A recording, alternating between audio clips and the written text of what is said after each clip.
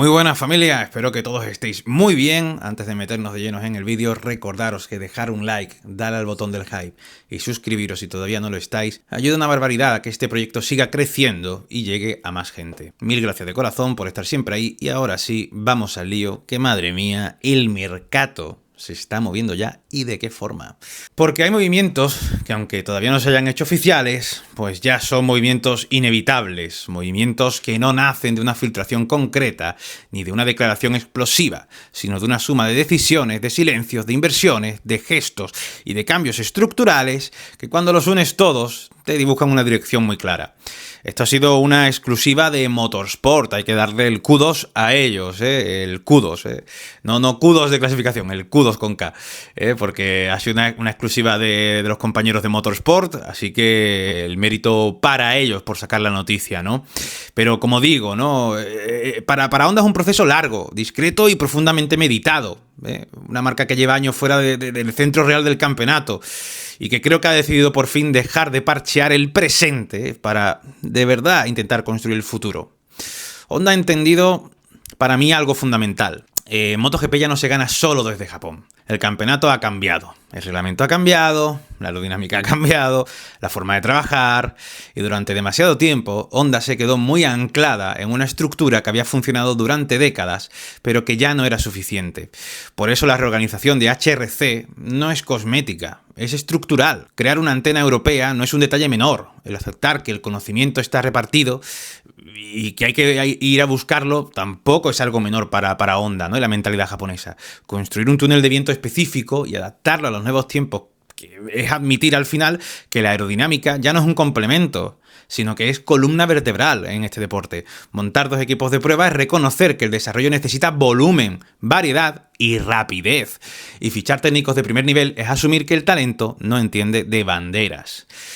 Pero quizás faltaba lo más complicado, faltaba la pieza más esencial, ¿no? O lo que todo el mundo decíamos que necesitaba Honda, ¿no? Faltaba el piloto, faltaba alguien que creyera en ese proyecto cuando todavía no hay resultados que lo respalden. Alguien que apostara no por lo que Honda es hoy, sino por lo que quiere ser, y ahí entra Fabio Quartararo. Y además es que con el poderío que tiene Honda, pues no sería una locura que lo consiguiesen, ¿no? Teniendo en cuenta que el 27 cambio de reglamento, ¿no?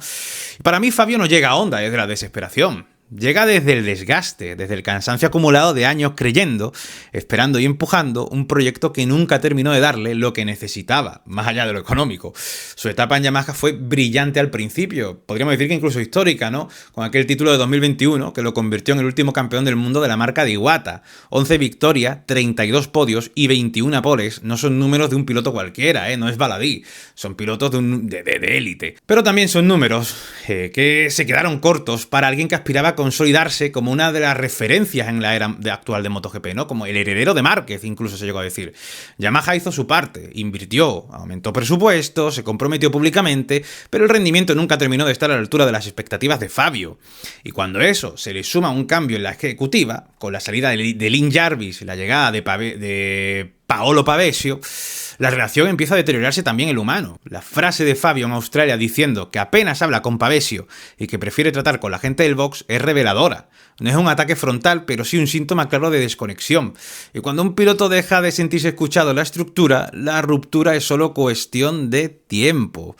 Honda ha sabido leer ese momento, ha sabido presentarse no como una promesa vacía, sino como un proyecto en reconstrucción real. Posiblemente han convencido a Fabio con hechos, con una hoja de ruta clara y también con una oferta económica, pues obviamente que refleja también por parte de Honda el estatus que quieren devolverle a la marca.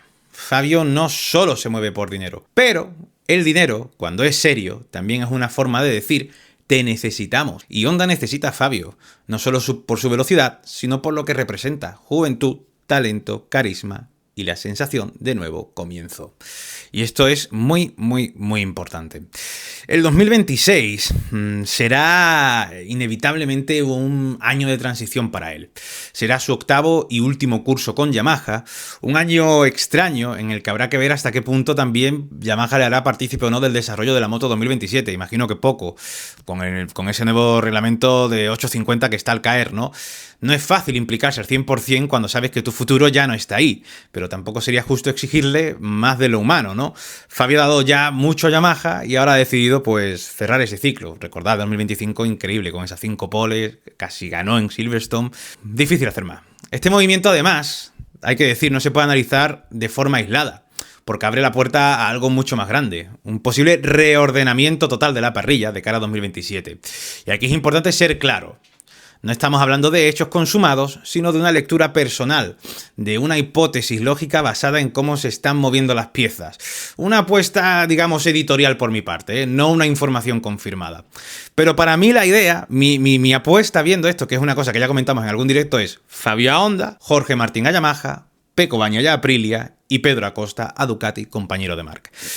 4 pilotazos, 4 proyectos que pueden ser históricos, cada uno buscando pues tener a esa referencia, ¿no? Aunque en el caso de Pedro, pues con Marc ya estaría, la referencia estaría ahí.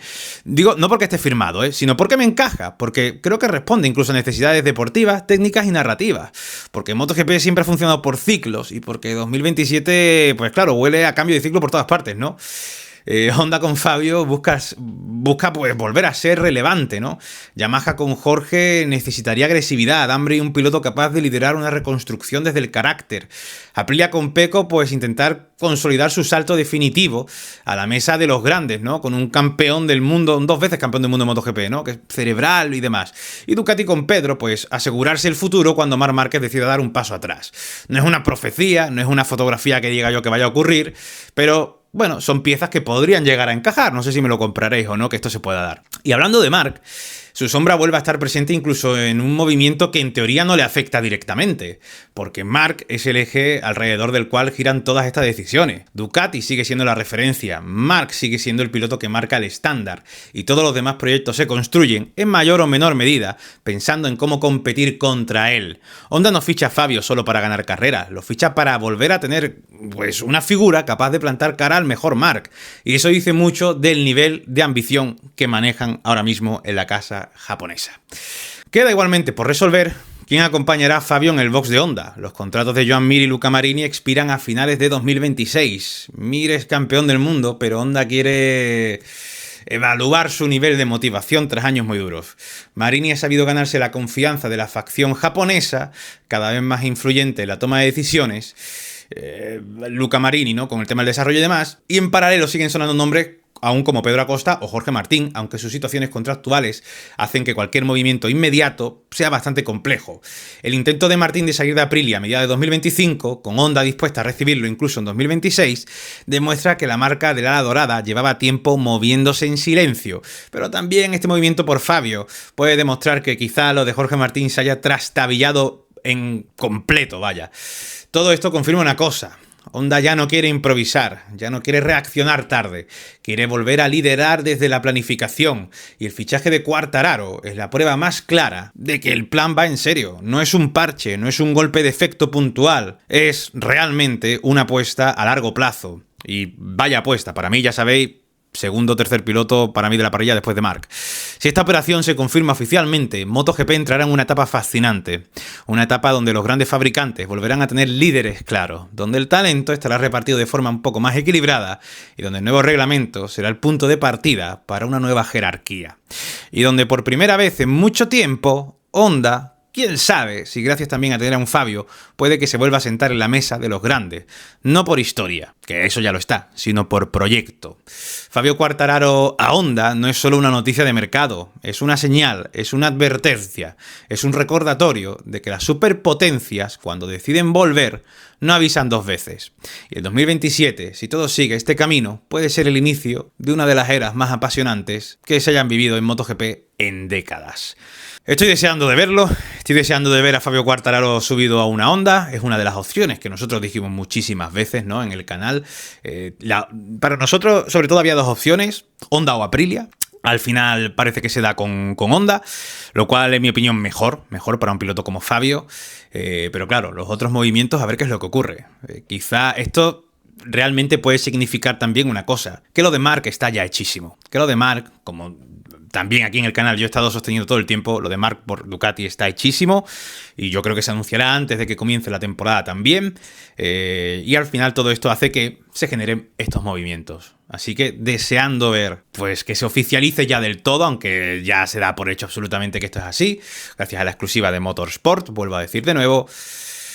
Y nada, deseando también ver cuál es vuestra opinión en la caja de comentarios, darle like al vídeo, darle al botón del hype y no olvidéis compartir este vídeo en vuestras redes sociales y con gente que penséis que le puede gustar. Mil gracias como siempre de corazón, de verdad, y nos vemos en el siguiente.